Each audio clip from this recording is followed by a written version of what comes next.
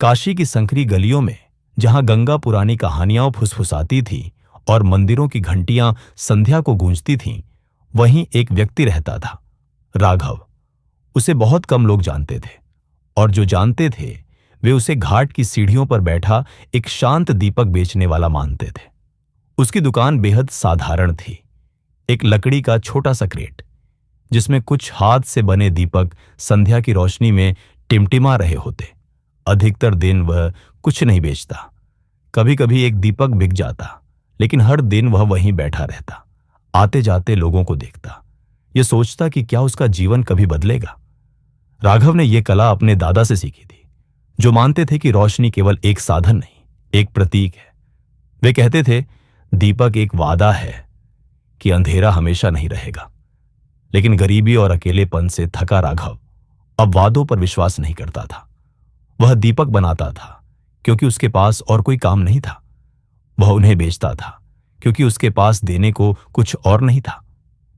एक शाम जब आसमान सुनहरा हो रहा था और गंगा पिघले सोने की तरह चमक रही थी, एक अजनबी वहां आया।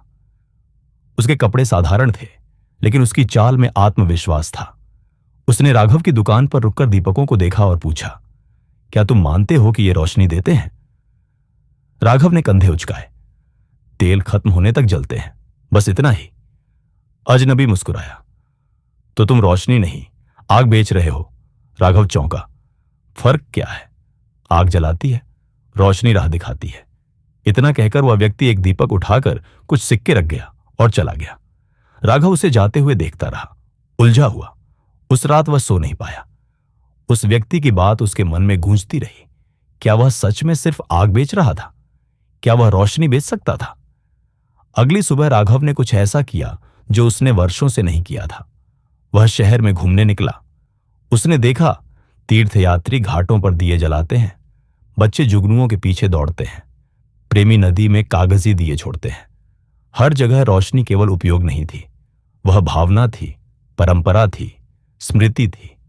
वह अपनी दुकान पर लौटा, एक नए विचार के साथ। उस शाम उसने दीपकों के साथ छोटे छोटे संदेश बांधने शुरू किए। एक पर लिखा था, उस रात के लिए जब तुम खोए हुए महसूस करो।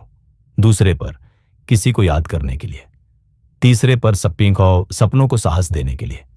लोगों ने ध्यान दिया। एक युवती ने अपने पिता की स्मृति में एक दीपक खरीदा।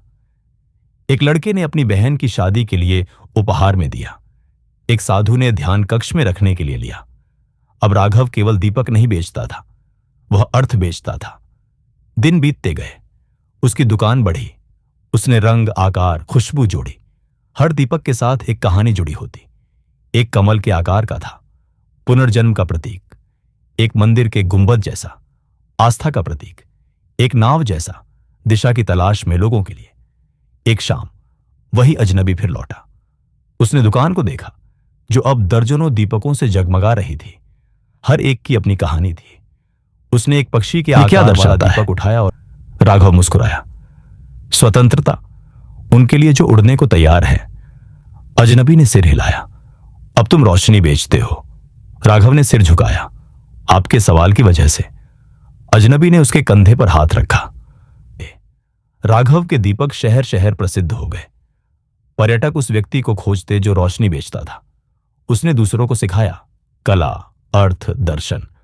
उसकी दुकान एक पाठशाला बन गई, एक आश्रय, एक प्रतीक। लेकिन वह उस अजनबी को कभी नहीं भूला, न ही वह सवाल जिसने उसे खुद से मिलवाया। कहानी से सीख सफलता संसाधनों से नहीं, समझ से शुरू होती है। राघव ने अपना जीवन धन से नहीं बदला, उसने अपनी कीमत को फिर से परिभाषित करके बदला। जब आप खुद को केवल जीवित रहने वाला मानना छोड़ देते हैं और खुद को योगदान देने वाला मानते हैं, तो दुनिया भी आपको उसी नजर से देखने लगती है। आपको अवसर की प्रतीक्षा नहीं करनी चाहिए।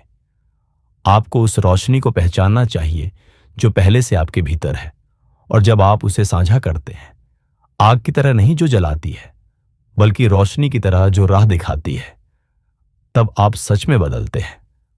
अगर आप चाहें तो मैं इस कहानी के लिए एक सुंदर थंबनेल या दृश्य की कल्पना भी कर सकता हूं, जो YouTube पर इसे और प्रभावशाली बना दे। तैयार हैं उस रोशनी को दृश्य रूप देने के लिए?